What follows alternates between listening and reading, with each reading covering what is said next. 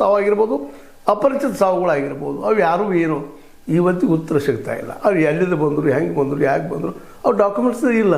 ಅದು ಹೆಂಗೆ ರೀ ಸಾಧ್ಯದ?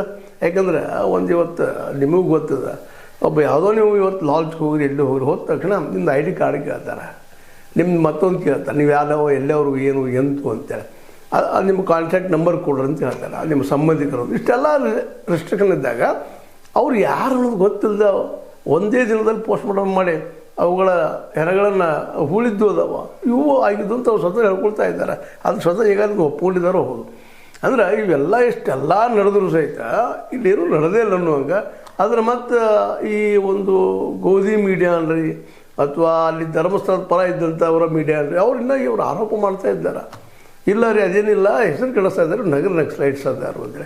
ಅದು ಕೂಡ ಹಲವು ಸಲ ಚರ್ಚೆನೂ ಮಾಡಿದ್ವಿ. ಅದು ನಗರ ನಕ್ಸಲೈಟ್ಸ್ ಯಾರೂ ಇಲ್ಲರ ಬಾದ್ರಲ್ಲ, ಏನೋ ಕಮ್ಯುನಿಸ್ಟ್ ಪಾರ್ಟಿ ಸಂಬಂಧಿಸಿದ ಒಂದಿಬ್ಬರು ಇರ್ಬೋದು, ಪದ್ಮನಾಭಕ್ಕೆ ಸಂಬಂಧಿಸಿದಂಗೆ. ಬಟ್ ಉಳಿದವರಲ್ಲಿ ಯಾರು ಅಂಥವ್ರು ಇಲ್ಲ. ಅದು ಮತ್ತು ಕಮ್ಯುನಿಸ್ಟ್ ಇದ್ದಾರೆ, ಅವ್ರು ನಕ್ಸಲೈಟ್ಸ್ ಅಲ್ಲ.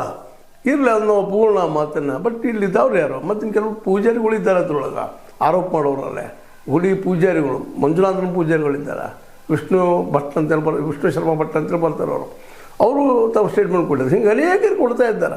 ಅವ್ರನ್ನೆಲ್ಲರೂ ಒಂದು ಏನು ಟಾರ್ಗೆಟ್ ಮಾಡಿ ಆದಷ್ಟು ಕೇಸನ್ನು ಮುಂದೆ ಪ್ರೊಲಾಂಗ್ ಮಾಡೋದು, ಮುಚ್ಚೋದು ಹೋಗುವಂಥ ಕೆಲಸಗಳನ್ನು ಮಾಡ್ತಾ ಇದ್ದಾರೆ.